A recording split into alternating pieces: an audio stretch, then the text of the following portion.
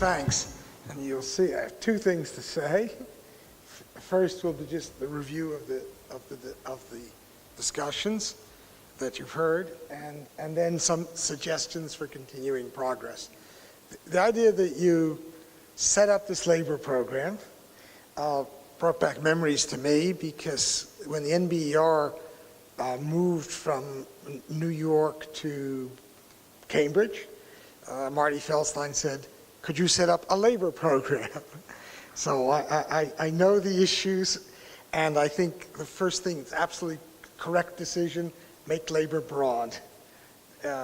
Everywhere there are people, there's some sort of labor market activities and things going on. The second, I think, correct decision made was you have to have data. I think that's true of all parts of economics, and I feel sorry for my friends in macro, which have very limited time series data and just seem to be changing their mind all the time because the data is not strong enough to really pin people down. And in labor, we don't have to do that with these big data sets. And the third thing, and I went to looking on your new data sets that you provide publicly, it's true. They have data sets there. And there are, I read, 900 people making use of it. So this is really a very, very positive activity. Now let me see if I can move this down. Okay, so now I'm going to just give you some brief comments on, are these studies addressing the key problems in developing countries in general, and obviously here. Absolutely an important issue is these informal markets, and there is this big debate. Jackie's paper really addressed this, where the traditional OECD approach and the World Bank approach has been, let's get rid of regulations, and then the jobs will just grow. Well, that kind of phenomenon often does not happen. And so what I compared that to is an experience in China, where they went the other way. They said they have all these rural migrants who come work in the factories and then go back, and they never had a labor contract. And that means they had no legal rights, essentially, because you couldn't go to court against your employer if you suffered wage theft. There, the law went to give them just one thing, the right to a written contract that they then could enforce. The effects that Jackie reported in the paper on the 2003 Egyptian law were 0.03 percentage points.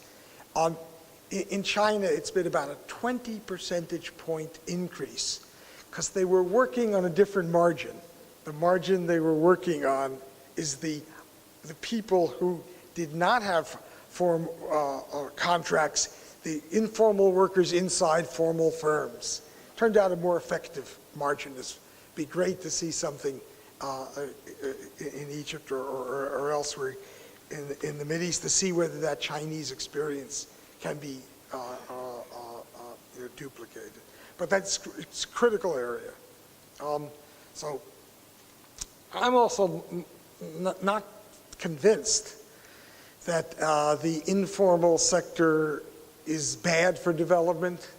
It's going to be around no matter what anybody does for the next X years. It has not really shrunk in very many countries. In China, you're just giving the informal sector worker a piece of paper they can use to protect their rights. It's not that they are becoming formal sector workers with to any serious extent. And then we've now seen the advanced countries introducing more and more types of informal work. They give it different names in different countries. The zero contract worker, I sit there getting no pay and waiting for you to call me, and if I don't appear, it's pushing all of the insecurity onto workers.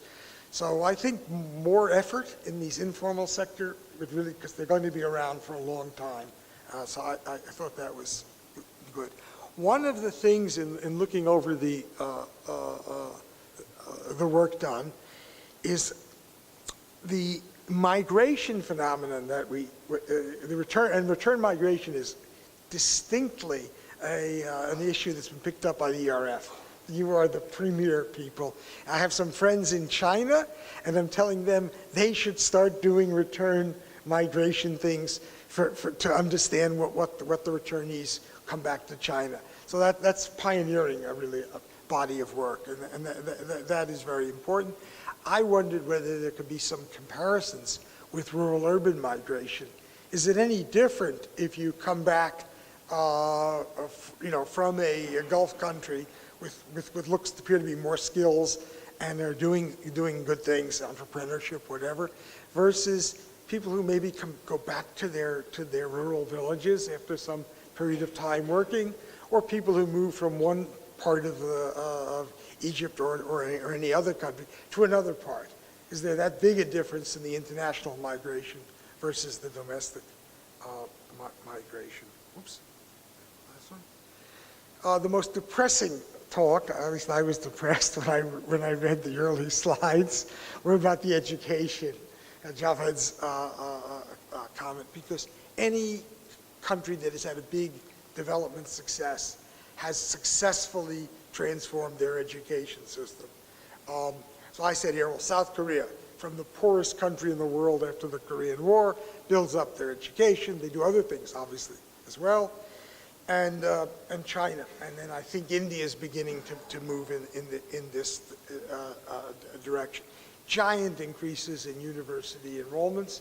The quality problems in China, which I know, it's still taking them a while to catch up in the quality, but it's extraordinary. If you do not succeed in that sector, you're not going to ultimately, I think, succeed economically. So I started thinking, what do the jobless youths do? Do we have good study of the sort of, sociologists might do this, but get the time budget of the young people, and are they sitting in coffee shops? Are they, I don't know, they're walking the streets? Because the whole definition we use for unemployment it's a negative definition. You don't have a job. We really want to know what it is you are doing. That'll be much helpful. And then I was thinking of, we have now the massive online open courses, the MOOCs, or videos you can download anywhere if you have access to computer and the internet. Can that be used in some fashion to improve the education from the rote memory that Javid talked about? And then I endorse his thought about some kind of field experiments, and I would think best be focused on young people where there's a nice little intervention, and then you follow them, and that's with a policy bent so that in the end you actually have some policy. There are also a set of studies that have been done on these dynamics of the labor force adjustments, and they are quite nice and show us things. The one addition I think very important is the extent to which people who go and get educated in other countries, are they making use of the ERF data, and are they focusing on problems in the area? One of the things that depressed me a number of years ago, and I was having some Chinese friends who were students, friends of students, and they were in Canada indeed, and they were all using Canadian data. And I said, what are you going to go back to China with having an expertise in a Canadian data set? You'll learn some techniques as your PhD. And I don't know what happens to Middle Eastern students who are in Germany or in France. If they're using French or German data, that's not the best thing they can do. What we now do, I do at Harvard, is I say anytime a Chinese student wants to come for a year to work on their PhD or something, or come, they have to bring with them access to Chinese data, and they have to work on that so they're benefiting their country when they return. We want to make them better when they return, rather than paying it. No insult against the US or France or Canada, but they shouldn't be worrying about our economic issues. They should be worrying about the other ones. The big missing thing in the program and in the data is things about employers. And it is awfully hard to say very much about policy or other things without information on the other side of the market. And that is difficult. The ideal sort of data that you want to have is a matched panel data of individuals, workers, and firms. Then you can follow me as a worker as I move from one company to another. You can even do some things of, gee, when I got to the new company, is there any change you can observe in the new company? So we've been following people who work in a highly R&D intensive company in the US, and what happens when they move to a non-R&D intensive company. And whether it's causal or not, I'm not going to think, but we do see productivity goes up. And I think of this as being, IBM is supposed to have really excellent executives and training and so on. So if you're another company, you want to get one of these people from IBM because they will help your company advance. That's the kind of thing that one can do with this data, but I know how hard it is to get hold of. So the data that we have in the US that allows people to use this, you have to go to a special census. You become a government employee unpaid to have access to the data, and you have to, you're not allowed to take the data out. It's very different than your open, your data source. But it certainly is worth it if you can have access and link the data to the employer surveys, which are quite different than the panel individual surveys. Oops.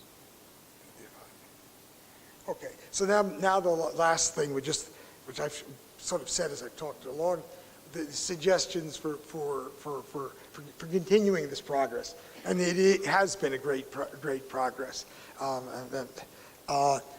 and I think you do have to look at both at improving the existing data sets, and that's I don't know who got the questions on return migration on, but so often you analyze some data set, and you say, why didn't they ask this? And then you try to wiggle around to try to get not to answer that question, but to get what you really want out of the data. And so the more you can influence the government surveys and put in questions that specifically somebody would look at and say, that's my PhD. That's what I want to do. I mean, they could come to you and say, I want to do this. Jackie, in her early career, said, I want to do this, and you may be able to play this role. We'll put the question on that you want. And that just is so much better than any other way of doing this. Then I thought, at least in the studies that I looked at, there was, I'll say, insufficient analysis of the distribution of outcomes. There's a lot of work on the level of things, but there's always tremendous distribution around the averages. So that leads you, of course, you say, oh, there's some people who are going through this education system and who are succeeding and who are not having high-level, parental inputs. That's the kind of people you want to learn something from. They are breaking and you lose them in the averaging. And so, and I think that's part of a whole movement in economics with big microdata about the heterogeneity of people and their responses to opportunities. And then you hope you find the ones who did better, you can learn something from their experiences to go on. And then for the new data sets, it's got to be some way of getting the employer data involved here. So I just said encourage statistical agencies. I don't know. take them to dinner and have, I'm not sure what you do to encourage statistical agencies. I think in the US what happened was academics began working in the statistical agencies and began to move them that might be useful that for the government and for the society to have the data more widely accessible for analysis than to keep it in the bureaucrats who have a body of information. They regard it as their property. Of course, it's not. It's the taxpayers' property, et cetera. So there's another area where I thought you can do more in data gathering. And this is making use of internet. We just had a course in our math institute at Harvard in web scraping. And I made sure all the economics students that I could talk to attended the course. And now people are going around saying, oh, I can get data by writing these web scraping programs. I can do this, I can do that. And a short course in web scraping would do you wonders. Because we've now downloaded, just as a note, we've downloaded the entire Chinese database on patents. It has to be done, we make sure it's legal, but it has to be done, there are certain rules about how you do it. If you try downloading it all at once, they're going to stop you. If you do a certain amount, they're free. And that's what the web scraping course she told us. You can do a certain amount every day and nobody will bother you. And of course, you're not going to use it in any, we're not going to put out the whole Chinese database when the Chinese government then would be very upset. But now students can use it, and that will be what we can do. I also think some specific studies, particularly with firms, from the demand side, you really need people inside the firm, their human resource, the management, to make them a partner to help deal with the problem of what's going on the demand side. Kathy Shaw of Stanford and Casey Ignacy, who unfortunately died from Columbia, died at a young age. They pioneered this insider econometrics where you gathered all the administrative records of firms and you can follow people's careers through the firms. Since one of the findings was that people stay for a long time inside the firms, it's really important because you'll miss all the transitions that you can otherwise see, but you can follow those people as their career progresses in the firm with the internal data, and there's nothing comparable to that. Okay, my last two comments. One was, which was Javed already started off, and I noticed there's an extra N in my running, but it's to do some investment in small field experiments on policy relevant things. That seems to me valuable to touch the policy things. And then the more abstract, in the end, although I sort of said, well, these macro guys, they don't know too much because they don't have enough data. In the end, policy decisions have to go beyond the micro labor things that we do. And I think maybe one could connect with or do something with some, and I call them computer simulation modelers, so that the parameters that we estimate go into a bigger model and then informs those readings of things. And you immediately think of general equilibrium effects that we do not capture in the data because there's no experiment for that, and it's very hard to do much. I mean, there's a little bit in the looking at the migrants, but it's nowhere near what you would want to do. A migrant comes home, what happens to the person who might have gotten the job that migrant gets? Because you've increased the supply. And those things can be, I think, modeled in an intelligent way, and that one might link the labor program with some of the other programs in the ERF. So first, thanks for inviting me. I learned an immense amount, and it is so good to see a labor program doing the right things and headed in the right direction. So I congratulate you.